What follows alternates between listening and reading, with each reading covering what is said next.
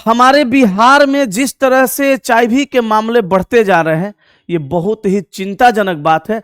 अब तक लगभग 7400 से भी ज्यादा मरीज एचआईवी पॉजिटिव पाए गए हैं, जिनको एड्स हो चुका है। और इसकी शुरुआत हुआ है बिहार के सीतामढ़ी जिला से, और ये सीतामढ़ी से एचआईवी फैलते फैलते पटना में आ चुका है, और खास करके पटना के विद्यार्थियों में आ चुका है। 2 दिन पहले एक विद्यार्थी रोता बिलखता पटना के ही एक शिक्षक के पास पहुंचता है और जाकर के बोलता है कि सर मैं एचआईवी पॉजिटिव हूं। और जब उससे बातचीत किया गया तो पता चला कि वो लड़का एक सेक्स वर्कर के संबंध में आकर के इस एचआईवी बीमारी से ग्रस्त हुआ है। तो मैं आज आप सभी लोगों को यह भी बताऊंगा कि आप क्या करें और क्या न करें, किन किन चीजों से बचें कि आपको एचआईवी का खतरा न हो। तो मेरे प्यारे दोस्त, अगर आप किसी के संगत में हैं और उसके साथ रिलेशनशिप में हैं और उसके साथ संबंध बनाना चाहते हैं, तो बहुत सोच समझ करके कदम उठाइएगा। ये बीमारी जानलेवा है और इस बीमारी में जान जा सकती है, ये नहीं कहा जा सकता। इस बीमारी में जान जाएगी ही जाएगी, ये निश्चित तौर पे कहा जा सकता है। ये बीमारी जितना बड़ा जानलेवा साबित हो सकता है, उससे भी ज्यादा ये घिनौना साबित हो सकता है, क्योंकि ये ऐसे चीजों से फैलती हैं जो चीज हकीकत में घिनौना होता है। अगर स्पष्ट तरीके से कहा जाए तो ये एड्स की बीमारी सीधे तौर पे समझ लीजिए कि किसी महिला के साथ, किसी पुरुष के साथ जो पहले से संक्रमित हैं, उनके साथ संबंध बनाने पर ही फैलता है। उसके और भी कई कारण होते हैं फैलने का, जिनका चर्चा हम अभी करेंगे। लेकिन सबसे पहले उस लड़के का कहानी बताते हैं। तो लड़का जिसकी 2 महिला मित्र हुआ करती थी, लेकिन उसके साथ साथ वो लड़का पटना जंक्शन पे काम करने वाली सेक्स वर्कर के साथ संबंध बनाया और बिना किसी प्रोटेक्शन का संबंध बनाया, जिस वजह से वो विद्यार्थी में एचआईवी फैल चुका है। और न जाने कितने लोगों के अंदर ये डर बना हुआ रहेगा, क्योंकि भाई समस्या तो किसी को हो सकती है और ये फैलता भी कई कारणों से। तो मेरे प्यारे दोस्त, जितने भी लोग इस वीडियो को भेज रहे हैं, जितने भी लोग इस वीडियो को देख रहे हैं, वो कम से कम इतने लोगों को भेजिए, इतने लोगों को भेजिए कि सारे लोग इस वीडियो को देख करके समझ सकें कि उन्हें बच करके रहने की जरूरत है। कुछ दिनों तक इन सभी चीजों का आप त्याग करेंगे, अवॉइड करेंगे। मैं जरा सब पे चर्चा कर देता हूं बारी बारी से।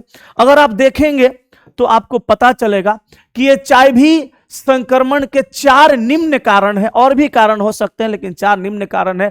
पहला कारण यह है कि संक्रमित व्यक्ति के साथ असुरक्षित यौन संबंध बनाने से यह बीमारी होता है। जो व्यक्ति संक्रमित है उसके साथ अगर आप यौन संबंध असुरक्षित तरीके से बनाते हैं तो ये बीमारी फैल जाएगी। तो हम तो कहते हैं कि सुरक्षित और असुरक्षित का क्या मतलब है।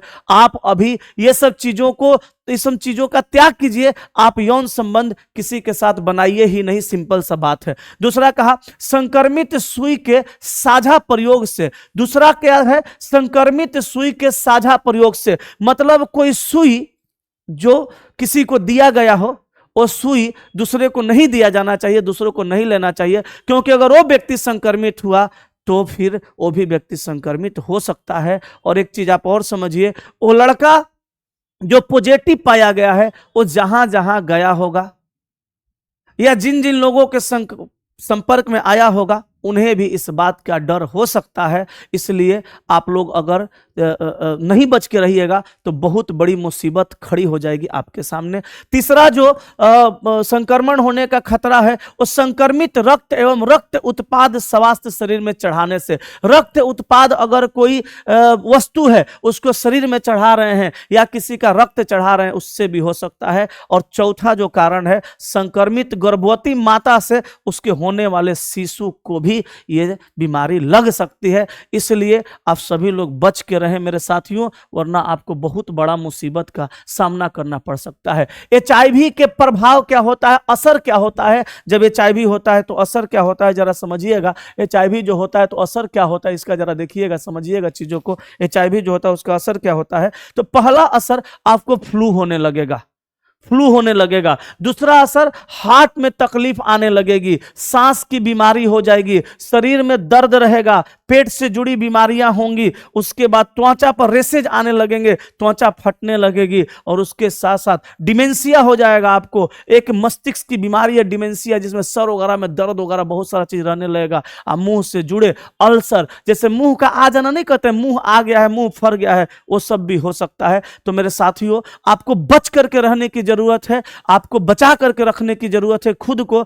और मैं तो कहता हूं, किसी से कोई मतलब ही ना रखिए, सिर्फ खुद से मतलब रखिए, ज्यादा बेस्ट होगा। एक दो स्टूडेंट मेरे क्लास में पूछ रहे थे कि सर, अगर शीशे वाली गिलास में चाय पीते हैं तो क्या उससे भी हो जाएगी? नहीं, उससे नहीं होगी। हाँ, लेकिन अगर शीशे वाली गिलास में कोई वैसा संक्रमित व्यक्ति चाय पिया है और उसके मुंह से खून आ रहा हो, या मसूड़े में प्रॉब्लम हो, मसूड़ा से खून आ रहा हो, पायरिया की बीमारी हो, तो वो गिलास में आप चाय पीजिएगा तो हो सकता है। क्योंकि मेरे साथियों, इसका आदान प्रदान जो होता है, इस बीमारी का जो फैलाव होता है, वो ब्लड के टच होने से ही होता है, ब्लड से ही होता है, और सेक्सुअल रिलेशन बनाने से होता है। तो सभी लोगों को बच के रहने की जरूरत है, जूठा खाना अवॉइड करना है। उसके बाद बड़े बड़े सैलून वगैरह में जा करके शेविंग वगैरह करवाते हैं तो भी हिसाब से करना है। उसके साथ साथ अपने अगल बगल चीज़ों को ध्यान में रखना है कि कहीं आपको कोई किसी से ऐसा व्यक्ति से टच ना हो जिससे